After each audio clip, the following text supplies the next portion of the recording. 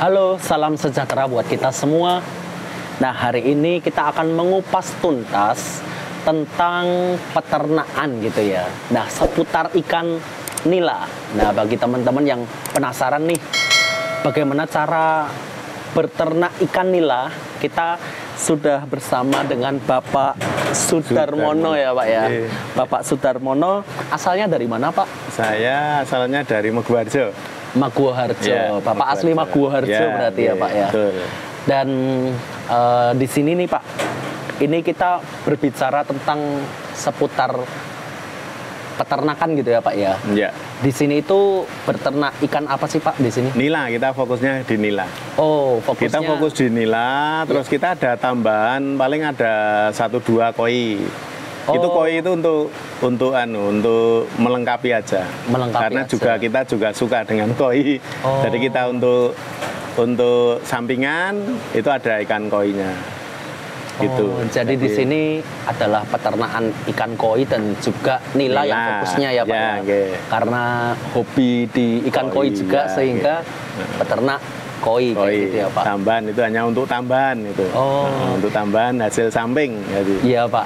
Enggak, bukan yang pokok. Bukan yang pokok, Ya, tapi fokusnya tetap nila ya Pak. Nila itu. Baik. Nila merah. Sudah berapa lama Pak memulai bisnis ini dari awal? Mungkin bisa diceritakan seperti apa? Oke. Kita dulu fokus itu mulai fokus di ikan itu dari 2004. Dari Tahun 2004. Berarti kurang lebih berapa? 18-an tahun ya? Iya. 18 tahun. Terus kemudian sebelum itu sebenarnya kita bergerak di pertanian, tapi karena saat itu kok kita pas saat mulai terus punya lahan 100 meter, kita dulunya hanya 100 meter, tidak serta-merta sekarang seperti ini. Jadi dari 100 meter kita berkembang terus ya, makanya butuh waktu lama toh, 18 tahun karena kita dari istilahnya dari modal yang kecil ya kita kembangkan apa adanya terus berkembang sampai kita awalnya punya berkembang dari ikan itu berkembang dari 100 jadi 300, 300 jadi 1000, 1000 jadi 6000 gitu toh. 6000 jadi 1 hektar. Ya. 1 hektar terus kemudian kita kembangkan lagi maunya saat itu juga berkembang di samping ikan kita juga punya pemancingan. Oh. Nah kita iya, bisa Pak. berkembang eksis itu kita dukung kan setiap usaha itu kan harus ada putaran. Ya.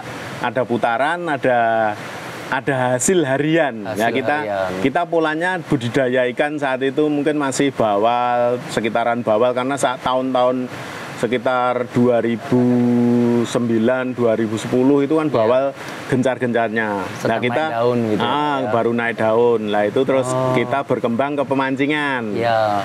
Dari pancingan ini kita punya putaran harian, dari putaran harian itu kita rencana mau berkembang ke warung gitu loh. Nah, tapi karena saat itu alam belum menghendaki, ya kita terus istilahnya jatuh.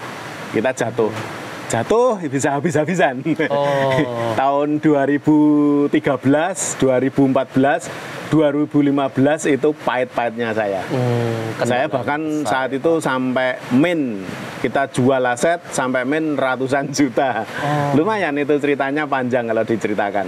Nah itu hanya untuk gambaran saja bahwa setiap usaha itu setiap orang berusaha, setiap orang yang menginginkan perkembangan itu pasti ada pahitnya, tidak serta-merta jadi itu.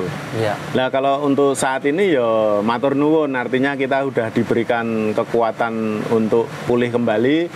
Kita kembali ke lahan yang 2 hektar. Jadi kita sekarang punya kekuatan lahan 2 hektar. Cuma di sini di samping kita berkembang ke budidayanya, kita juga masuk pengembangan ke pengolahan. Pengolahan artinya kita mengembangkan bakarannya. Nah ini yang kemarin dulu itu kita ya sekarang matur nuwun sudah tertutup, sudah merambat ke kuliner pelan, gitu ya Pak ya.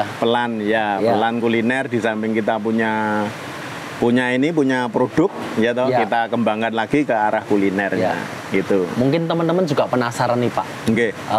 Dari awalnya itu lahannya hanya 100 meter oke. ya Pak Iya, ya. oke. Sehingga ke bisa ke 20.000. 2 hektar ya Pak Oke, ya. 2 hektar. Nah, untuk jenis ikannya nih Pak, kalau tadi Bapak Sudarmono menyebutkan ikan bawal ya. Mm-mm. Nah, sekarang itu kenapa yang dipilih itu bibit ikan nila itu Pak Ya. yang diproses? Ya. Kenapa Pak? Kalau kita lihat dulu pemancingan kita kan menggunakan bawal, Oh. kita makanya ngejar bawal. Kemudian dari waktu ke waktu itu terjadi pergeseran, pergeseran permintaan, pergeseran apa? Istilahnya selera masyarakat berubah. Dulu bawal itu disenangi masyarakat, Ya. tapi sekarang sudah mulai menurun. Terus feeling kita itu saat itu memang ada nila merah dan ada bawal. Lah kita kembangkan, kayaknya nila merah itu menarik. Dari tampilannya menarik, dari sisi ikannya itu juga enak. Ya toh? Terus dari situ kalau kita budidaya nila, itu jarang nyun sewu ya ada yang kita menggunakan pakan alternatif toh. Iya. Yang kalau untuk bawal itu kan ada pakan alternatif. Iya. Tapi kalau nila itu mesti makannya pelet. Alami ya Pak ya. Bukan alami, tetap pabrikan. Tetap pabrikan. Itu kan lebih higienis, Iya. lebih bagus. Nah, itu makanya ditunjang itu juga masyarakat sekarang kan kayaknya permintaan nila ini meningkat terus. Betul. Dari dulu sampai sekarang itu meningkat terus. Betul. Dan itu belum bisa mungkin boleh dibilang di titik tertentu itu terjadi kurang, di titik tertentu aja terjadi kelebihan. Tapi itu hal yang biasa. Namanya usaha mesti ada titik kurang, ada titik lebihnya. Nah itu terus kemudian prospek ke depan itu kayaknya nilai itu lebih menarik karena daya tarik yang merah itu ya, khususnya Jogja itu kan dulu hitam. Nah sekarang bergeser ke merah. Merah itu kan menarik, Iya, betul Pak. menarik. Terus kemudian tampilannya itu kalau di piring itu ya terkesan bersih gitu loh. Cantik gitu ya, Pak, Cantik ya. gitu loh. Nah itu Olah gitu ya. Itu kenapa saya seneng yang nila merah, kita kembangkan nila merah karena itu. Memang iya, pangsa pasar ke masyarakat selanjutnya itu lebih menyukai warna merah. Warna merah. Nila merah khususnya ya. Artinya lah itu di masyarakat sekarang dominan di Jogja ini 97% katakanlah itu merah. Nila merah. Baik Nah, Pak. itu yang Untuk Bapak itu kan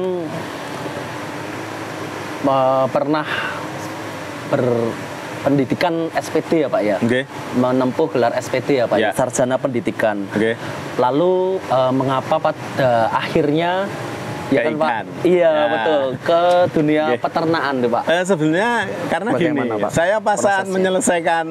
menyelesaikan dulu di bangku sekolah itu malah justru saya tertolong oleh ikan. Oh, Ya kemudian dari ikan ini kita kelola semasa kita masih kuliah. Iya. Kita kelola, terus itu kok ini menghasilkan gitu loh. Iya. Tidak kalah artinya dengan gaji-gaji pegawai atau Iya. nah itu ngapain ini jadi pegawai kan itu toh. Satu sisi waktunya terikat, kita nggak bebas, nggak iso merdeka. Lah saya ingin bebas saja, saya nggak mau terikat dengan siapapun. Akhirnya saya terikat dengan ikan kan gitu. Iya. Akhirnya gitu arahnya, makanya saya memilih intinya biar bebas saja. Iya. Kalau masalah rezeki itu kan prinsip saya dari manapun kita bisa dapat Betul, rezeki. Tapi saya memang hanya ingin bebas saja. Dan apakah memang hobi Pak? memang hobi, awalnya memang saya hobi. Saya senang dengan ikan. Itu ada juga. Ada hobi ya, Pak, Ada ya? hobi. Kebetulan Ketertarikan dari- itu ada. Jadi ketertarikan dari kecil itu Iya. memang saya senang ikan. Saya senang Ikan dan akhirnya berbisnis Ikan. ya Pak Iya. ya. Itu sangat sejalan gitu ya iya. Pak ya. Kita kalau ibaratnya menjalankan sesuatu itu dengan senang, Iya. itu mesti akan lebih optimal. Lebih mudah juga ya Pak. Lebih mudah juga. Menjalankannya itu lebih Betul. semangat gitu ya kita Pak. nggak Ya. ada beban, loss gitu loh. Betul, Beda Pak. kalau kita nanti masuk misalnya jadi pegawai atau jadi apa. Ya saat itu pikiran saya ini kayaknya terikat gitu loh. Iya. Jadi terus ya udah pilih ikan aja lah ya kita. Iya. Kayak ikan ini dibutuhkan masyarakat, Iya. gitu loh, dibutuhkan masyarakat. Jadi untuk sumber protein. Wah, ini peluang yang besar. Kayaknya saya saat melihat awal-awal mau gerak ikan itu, Iya. ikan menjadikan peluang yang besar, tergantung ini mau besar atau mau kecil kan itu. Iya. Kita, lah akhirnya berkembang seperti ini. Lalu apakah sebelumnya itu sudah punya pengetahuan Pak tentang bagaimana cara mengelola atau memelihara ikan gitu Pak? Atau memang ada belajar atau berguru dari siapa, boleh diceritakan Pak? Kalau kita kaitannya dengan pengetahuan dengan dunia perikanan itu karena kita seneng, satu didasari seneng, kedua kita memang akhirnya begitu mulai terjun di ikan, yo kita langsung belajar otodidak. Pertamanya otodidak. Terus kemudian kita juga masuk ke dulu kan ada BBI, Balai Benih Ikan. Iya. Nah, kita sering lari ke situ. Oh. Lari ke situ, lari masuk ke BBI, di samping kita cari bibit misalnya. Dari situ kita bisa menimba ilmu dari orang yang mengelola di situ. Baik. Nah, kebetulan saat itu tinggal kita ya pinter-pintere bagaimana menanyakan, bagaimana menggali, ya itu harus istilahnya pinter-pinter mencari waktu, mengatur waktu dan Iya. mengatur situasi supaya mereka bisa meluangkan waktu, bisa memberikan pengetahuan ke kita. Nah, itu kan tergantung kita kan. Betul, akhirnya. Nah, itu selalu saya dengan datang di situ kita mendapatkan pengetahuan. Nah, dengan pengetahuan itu kita bawa nanti. Terus di samping itu kita juga nanti setelah itu mengembangkan Iya. artinya melihat mana sih orang yang besar gitu loh. Iya. Mencari orang-orang yang sudah tumbuh kolamnya besar atau dia memang produknya sudah luar biasa. Nah, kita mencari pengetahuan dari situ juga. Mesti kalau kita greteh, kita mau ke situ sowan dengan baik-baik, terus kita menanyakan sesuatu yang kita ingin tahu kan, tahu toh. Lah kita kejar aja pengetahuan tuh dari situ, mesti. Lah salah satunya dengan pengetahuan ini, seperti ini jenengan ke sini, misalnya mau bertanya, mau mencari pengetahuan, ya cari dengan orang-orang yang kompeten di bidangnya masing-masing. Memang Lah, memiliki kemampuan atau keahlian di bidang itu ya Pak ya? Jadi kita dulu gitu. Di samping itu kebetulan di Sleman itu didikannya luar biasa untuk misalnya kita kan masuk ke kelompok baru pemula, lah itu dididik terus sama kabupaten, sama di bidang perikanan. Bidang perikanan kan ada pelatihan khusus, baik itu pengolahan, baik itu budidaya, baik itu nanti istilahnya menyilangkan ikan atau mengawinkan ikan. Lah ini di sana itu ada fasilitas untuk itu. Lah kalau untuk pemula-pemula biasanya kan kita ditawari, ini ada pelatihan, siapa yang mau ikut? Nah, kalau saya lari aja ke sana. Itu salah satunya. Satu mendapatkan ilmu ya Pak ya? Dari BBI masuk, dari perorangan yang memang sudah budidaya juga kita harus gali. Terus dari dinas, itu artinya dari bidang perikanan itu juga supportnya luar biasa kalau Sleman. Jadi ada pelatihan. Kadang-kadang dikirim juga ke sana kemari, bahkan ke luar kota. Lah itu kan salah satu pengetahuan yang luar biasa. Kalau kita mau menggunakan pengetahuan itu, ya kita rangkum terus kemudian kita mau apa kan gitu toh. Nah ini yang membuat saya maju, ya salah satunya ya saya tidak memungkiri dari bidang perikanan Sleman memang didikannya luar biasa. Berarti ada support dari pemerintah gitu. juga ya sampai Pak, sekarang pun masih masyarakat ya Pak. Lalu kalau mengenai proses pembibitan nih Pak, untuk memulai bisnis peternakan ini pasti teman-teman juga penasaran Pak. Langkah awal yang harus kita ambil itu seperti apa Pak? Misalkan mempersiapkan lahan, bisa diceritakan Pak?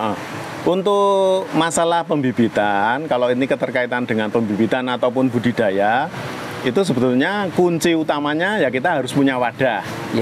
Wadah itu artinya itu bisa tanah, bisa kolam toh, bisa terpal, bisa bak. Nah, toh, karena ini teknologi yang sekarang itu kan berkembang terus. Nah, itu dari wadah itu kita harus punya air, terus dilanjutkan air. Makanya kunci utama untuk budidaya ikan itu salah satunya ya harus ada air. Nah, air itu jenengan tempatkan di wadah drum bisa, di wadah bak beton bisa, di wadah terpal pun bisa. Terpal sekarang kan berkembang, terpal. Ada terpal bulat. Jangan mau pesen terpal yang bagaimanapun, sekarang ada ahlinya yang di posisi itu. Jadi kita kalau sekarang budidaya ikan terus ini nggak bisa, nggak. Tinggal orangnya aja.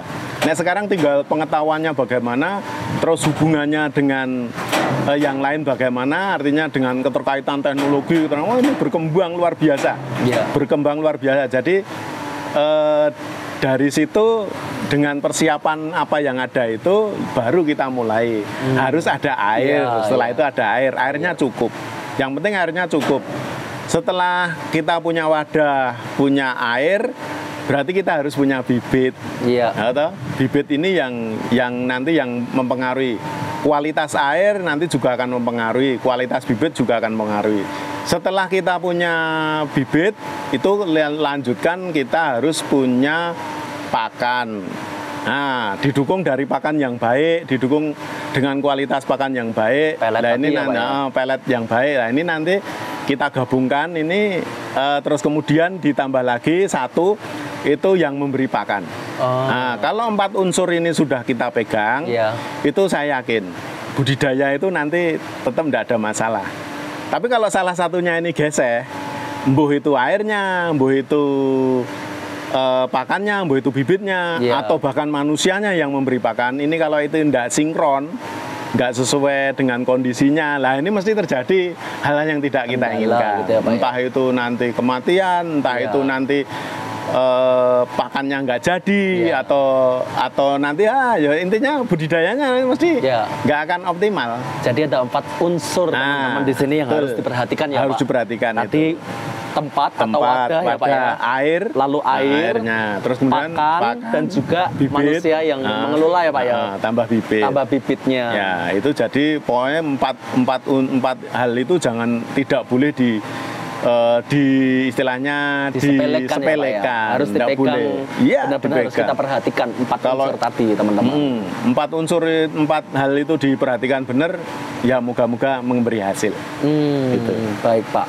Lalu untuk proses dari bibit ya Pak, pembibitan budidaya itu nanti setelah kita akan tiba saatnya panen itu berapa lama Pak waktunya? Kalau untuk bibit itu butuh waktu 2 bulan dari larva. Misalnya kita terbar larva ya. Larva itu kita sudah setelah media itu kita siapkan, kita punya larva itu aja intinya ya. Terus kita tebar itu butuh waktu 2 bulan kalau kita. 2 bulan. Kita butuh waktu 2 bulan, terus kemudian untuk pembesaran lagi ke konsumsi itu butuh waktu 2 bulan.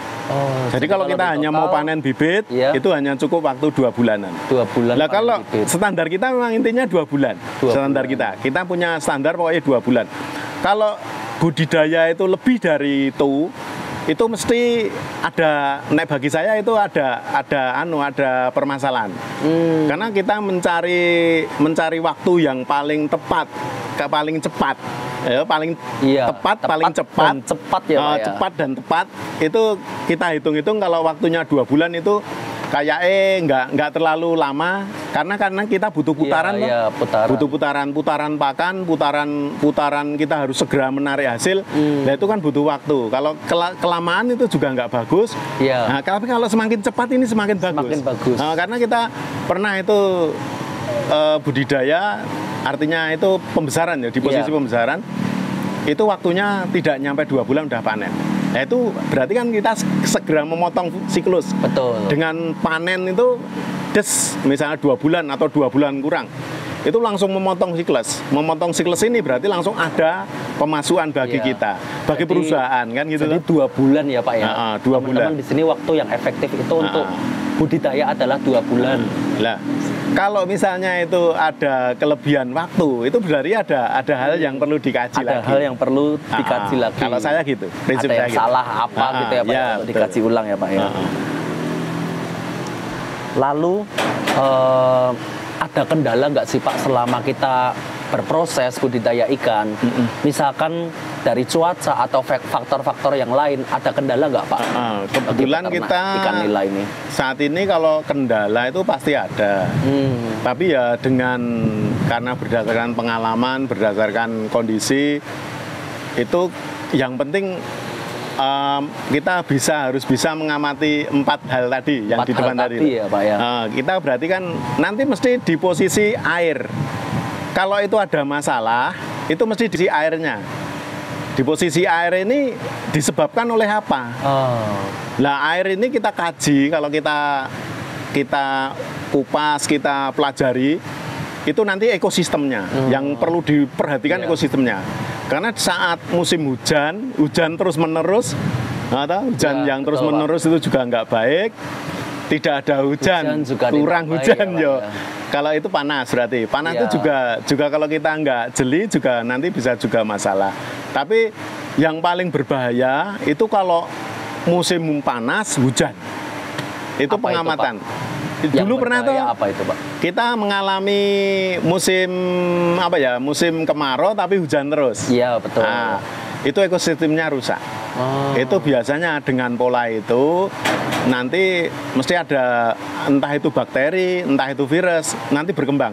Karena pemanasan ini nggak sempurna, pengolahan metabolismenya air itu nggak sempurna juga. Iya. Nah, kalau metabolisme air itu nggak sempurna, akhirnya yang tumbuh itu kan istilahnya maupun bakteri maupun penyakit-penyakit yang karena ini nggak sempurna kan. Tapi kalau panahnya cukup, terus kemudian airnya juga cukup, artinya sirkulasinya cukup, terus kemudian oksigen cukup, panas cukup, itu mengurai semua, akhirnya netral. Iya. Terus dominan ke arah yang lebih baik. Nah, ini akan memberi daya dukung terhadap ikan itu sendiri.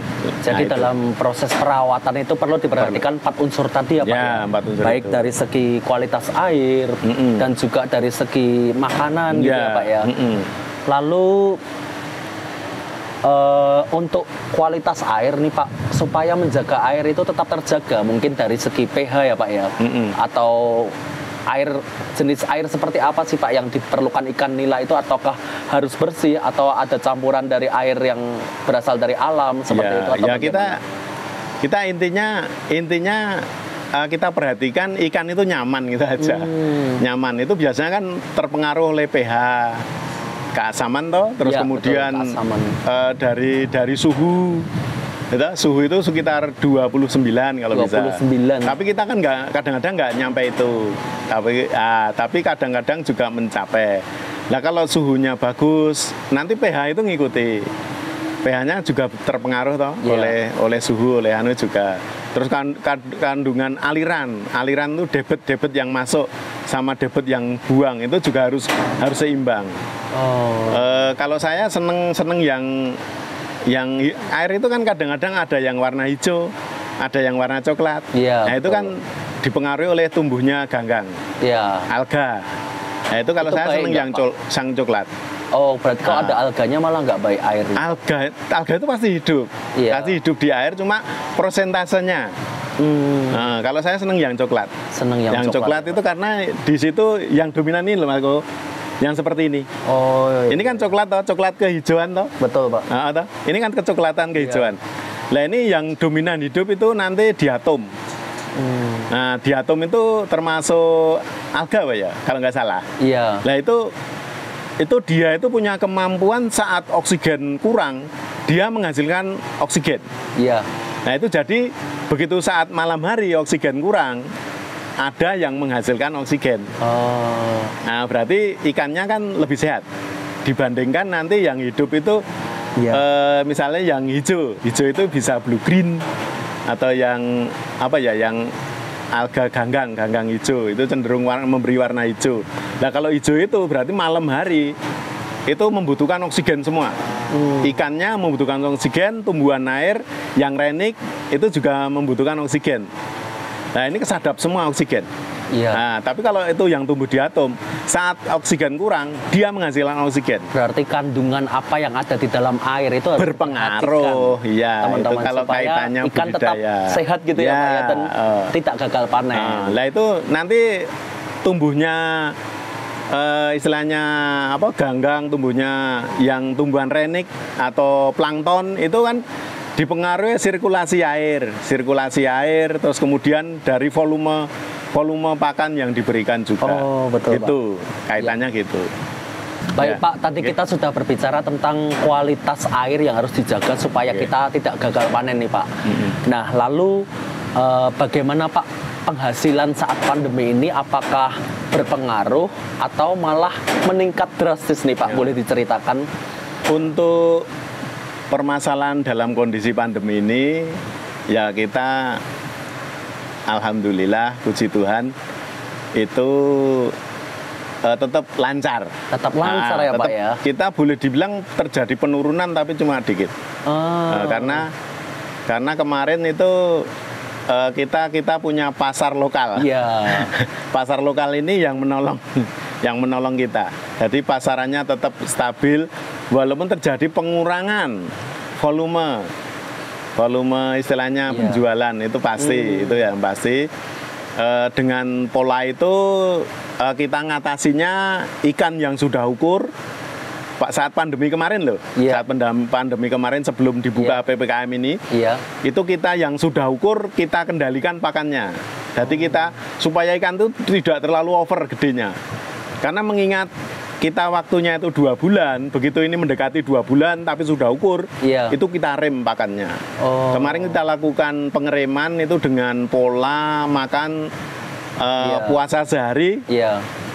terus kemudian makan puasa Daud kalau istilahnya di Daud. Jadi puasa Daud makan tidak istilahnya makan sehari, besok puasa, Iya. terus hari berikutnya makan lagi gitu. Oh. Itu dengan pola itu ikannya nggak terlalu apa krempeng istilahnya Iya, ya, betul. nggak terlalu susut, tapi tetap ada pertumbuhan, Baik. tapi lambat. Iya. Itu yang kita lakukan kemarin. Karena kita kemarin uji yang di posisi kita beri pakan sekali sehari, itu masih pertumbuhannya cepat. Masih pertumbuhan segini, istilah masih pertumbuhan gini. Nah dengan begini ini berarti nanti tetap over kan Iya. gitu toh. Nah itu makanya kita kendalikan dengan pola makan sehari, puasa sehari, makan sehari, puasa sehari gitu. Sekali Iya. makan, hanya sekali makan. Nah. Lalu ini pasti teman-teman sahabat CMA ini juga penasaran Pak. Nggih. Kalau ikan nila itu sering terkena penyakit apa Pak? Boleh diceritakan? Sebetulnya nah itu yang pernah terjadi itu yang apa itu ya itu ya strepto dulu pernah. Itu kalau nggak salah itu karena bakteri. Itu pas saat saya ceritakan tadi loh. Pas Iya. musim panas, tapi terjadi hujan dengan tiba-tiba. Nah itu suhu air itu belum terjadi anget toh. Iya. Itu dingin lagi. Oh. Tapi itu kan kemurahan yang kuasa toh. Iya. Iya. Iya toh. Tuhan itu kan mau memberikan makhluk yang lain sejahtera. Iya. Biar dia berkembang. Iya. Loh, dengan hanya merubah sesuatu ya Tuhan itu udah kalau kita melihat kebesarannya ya itu sudah luar biasa sekali. Dengan merubah yang dulunya panas itu tidak ada hujan biasanya toh, ini dikasih hujan aja sudah yang lain tumbuh dengan luar biasa lah. Iya. Kita makanya kadang-kadang kan petani itu melihatnya itu seperti itu menjadi permasalahan, atau kita melihatnya bagi yang lain itu menjadi berkah. Iya. Lah kita sudut pandangnya mau yang mana? Nah makanya nenek saya mending cenderung udah apa yang terjadi ya udah ikuti aja. Iya. Kalau itu memang kehendaknya ngapain Iya. kita pusing-pusing kan gitu. Betul Pak.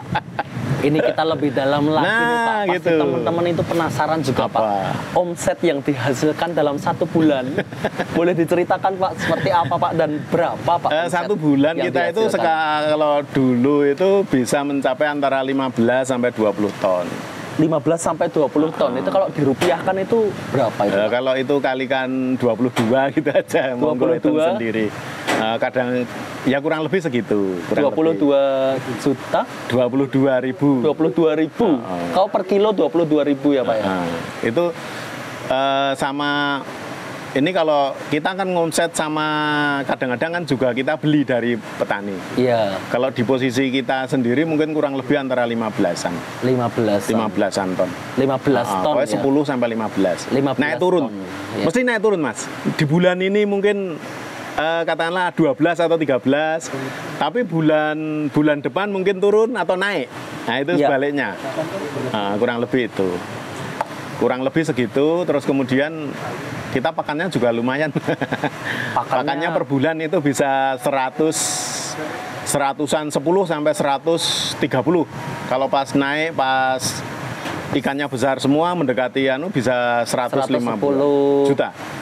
juta Iya. sampai 150 juta untuk pakan ya Pak ya dalam ya kita satu ngikuti, bulan. nanti ngikuti anu toh, nanti jumlah tebar, jumlah pas saat ini pas mungkin bulan ini ikannya masih kecil. Iya. Nah, bulan depan ikannya gede. Lah kalau ikan gede Iya. kan butuh makan banyak.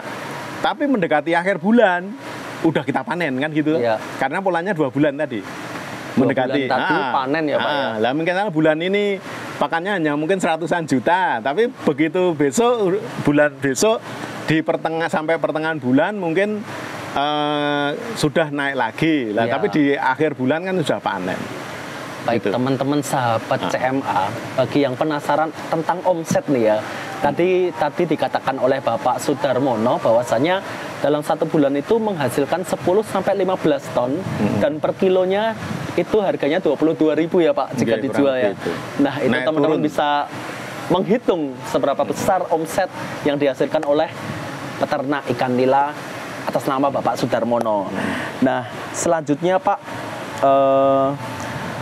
bisa diceritakan Pak supaya kita tetap bertahan nih Pak dalam pandemi. Ya. Tadi dikatakan bahwa faktor alam ya Pak ya yang Ya. mempengaruhi Ya. peternakan ikan nila. Lalu bagaimana cara Bapak Sudarmono ini mengatasi atau bagaimana cara bertahan Pak di Ya. faktor-faktor yang tidak bisa kita prediksi seperti itu? Yang penting bagi saya itu saya loh. Kita yakin aja ya sama yang kuasa. Itu ya Yakin kunci. ya, Pak? Kalau saya itu kunci. Betul. Kunci kita segala sesuatu kan dari sana. Iya. Ya udah kita lari ke sana. Kalau ada masalah ya larinya ke sana. Jangan lari kemana-mana. Pokoknya larinya ke sana. Begitu kemarin itu ada pandemi, kita juga ada solusi. Yang lain mungkin kebingungan. Kita bakulnya berdatangan. Loh, ini kan berarti salah satu bentuk solusi. Iya. Mungkin salah satu bakul hilang, tapi yang lain datang. Nah itu berarti kan juga hal-hal semacam itu wajib kita syukuri. Nah, jadi terus kemudian jangan lupa kita itu bersyukur. Itu untuk menghadapi permasalahan kan gitu. Walaupun dalam kondisi apa, kalau bisa kita bersyukur. Itu kalau menurut saya gitu. Terus kemudian masalah rezeki, masalah apapun yang penting kalau kita itu berusaha aja terus. Karena kemarin saya juga pernah mengalami Iya. pahit kan gitu kan tahun 2013, 14, 15 itu hancur-hancurnya usaha saya. Jadi surut gitu ya, Pak, itu ya. makanya sebagai kunci ya itu. Nanti kita itu sebagai hal yang utama adalah yang kuasa yang kita pegang. Jangan megang siapapun. Kalau kamu megang orang, mesti suatu saat akan lepas. Iya. Kalau kamu mau megang bakul, ya toh bakulnya dipegang, dilayani yang baik. Kadang-kadang juga ada yang lepas.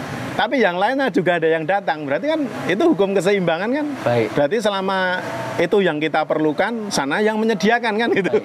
Jadi selain kita berusaha, kita juga harus berdoa ya Pak ya. Iya, berdoa dan berserah juga. kepada Tuhan, berpegang pada Tuhan. Itu ya, Pak, ya. kalau bagi saya sumber untuk penyelesaian masalah dari situ, nek saya loh. Iya.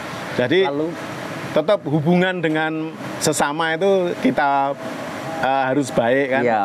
Nanti sama pelayanan juga harus baik. Pelayanan artinya kita ngelayani bakul, ngelayani siapapun itu juga harus baik. Lah otomatis nanti dari situ kan tumbuh berkembang sendiri kan otomatis. Itu dengan otomatis kalau menurut saya gitu.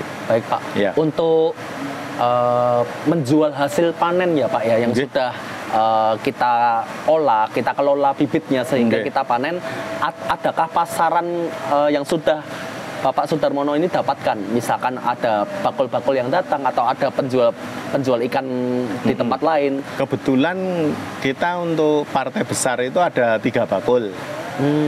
Terus kemudian kalau masalah yang konsumsi ya ini ya. Iya. Itu bakul-bakul jika kita sudah ada tiap hari yang datang gitu. Yang datang itu sudah tiap hari udah datang, jadi itu udah menyelesaikan lah masalah kita. Sudah ada pelanggan tetap seperti itu ya Pak ya. ada. Untuk kita menjual Ya. hasil panen ikan nila ini sangat mudah teman-teman. Terus kemudian masalah bibit, kebetulan kita juga punya link ke Jawa Tengah, ke Waduk, itu ke Kedungombo khususnya. Nah itu mereka kalau ada di sini pun kalau kita calling sana tetap Ya. mau. Jadi berapa ton pun. Malah justru dia mintanya nek bisa buatin padar wae sing buatin.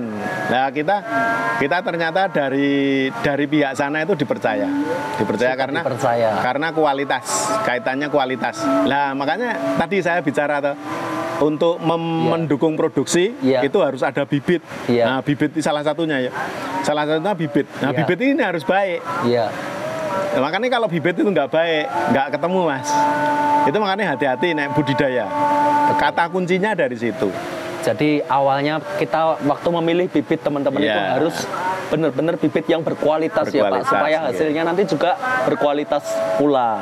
Nah, baik Pak Sudarmono, adakah pesan-pesan atau motivasi yang bisa diberikan dari Bapak untuk pelaku usaha atau untuk teman-teman yang ingin memulai usaha ikan nila gitu Pak? Pesan saya itu segala bentuk usaha itu prinsipnya adalah bagus. Nah, menurut saya semua usaha, semua apapun yang kita usahakan selama itu dalam koridor kebaikan, saya yakin itu akan memberikan hasil. Cuma pesan saya satu yang harus dilakukan sama teman-teman atau saudara-saudara semua adalah fokus. Fokus itu adalah salah satu kekuatan yang luar biasa menurut saya. Begitu jenengan itu tidak fokus dalam kondisi apapun, dalam usaha apapun, itu mesti tidak jadi. Ya toh? Tapi kalau kita itu fokus dan yakin bahwa usaha yang kita jalankan ini akan memberikan hasil, akan memberikan manfaat, akan memberikan faedah yang luar biasa, akan kita berpikir yang besar saja, otomatis nanti usaha itu akan menjadi besar. Tapi kalau kita itu ragu-ragu dengan apa yang kita kerjakan, ragu-ragu dengan apa yang kita pikirkan, mending mundur dulu, atau mundur dulu, kita benahi dulu, kita fokus kembali, kita jalan lagi, kan gitu. Nah, prinsip saya hanya gitu aja, fokus yang penting. Kata kunci yang simple ya, fokus dan yakin ya Pak. Fokus untuk dan usaha yang akan kita kerjakan, kita harus fokus dan yakin sehingga semuanya bisa berjalan dengan baik dan lancar. Karena itu bentuk suatu usaha. Fokus itu untuk menjaga fokus itu juga susah, kan gitu. Iya kan susah, luar biasa susahnya. Tapi kalau kita jalani dan ditambah keyakinan, mesti menghasilkan. Pernah ingat Mas Koko dulu saat kecil main dengan apa? Ini kaca pembesar, terus dikasihkan di apa? Di ini apa? Kertas, membakar toh? Bakar. Kalau jenengan goyang-goyang membakar enggak? Nah, itu sama. Kalau kita itu fokus dengan apa yang kita kerjakan, fokus dengan apa yang kita inginkan, itu mesti akan membakar dan itu akan menghasilkan. Tapi begitu jenengan goyang-goyang, pikirannya goyang-goyang, berpindah. Ini ayo, bagian ini. Udah fokus ke satu titik. Nah, nanti akan menghasilkan. Begitu itu menghasilkan, membuat titik yang baru. Begitu menghasilkan, membuat titik yang baru. Kan gitu. Akhirnya menghasilkan. Nah, itu tuh. Baik teman-teman, kita harus fokus dan yakin ya Pak ya. Untuk setiap usaha yang kita kerjakan, kita harus fokus dan yakin bahwa kita bisa mengerjakannya dan bisa mendapatkan hasil yang sesuai kita harapkan. Gitu. Baik Pak, terima kasih buat bincang-bincang pada siang hari ini. Terima kasih buat waktu yang sudah diberikan.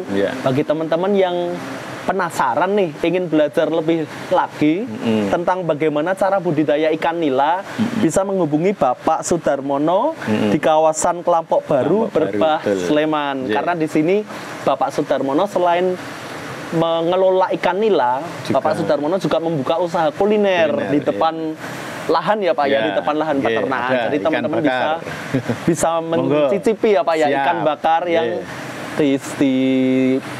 disediakan di depan lahan peternakan. Baik, terima kasih Bapak Sudarmono atas waktu dan kesempatannya pada siang hari ini, dan kita berdoa semuanya diperlancar untuk semua pelaku usaha ya Pak ya, dan kita tetap harus bersyukur kepada Tuhan dan jangan patah semangat. Siap. Baik, terima kasih teman-teman, sampai berjumpa di lain kesempatan. Salam sejahtera, salam sehat buat kita semua. Amin. Terima kasih Pak.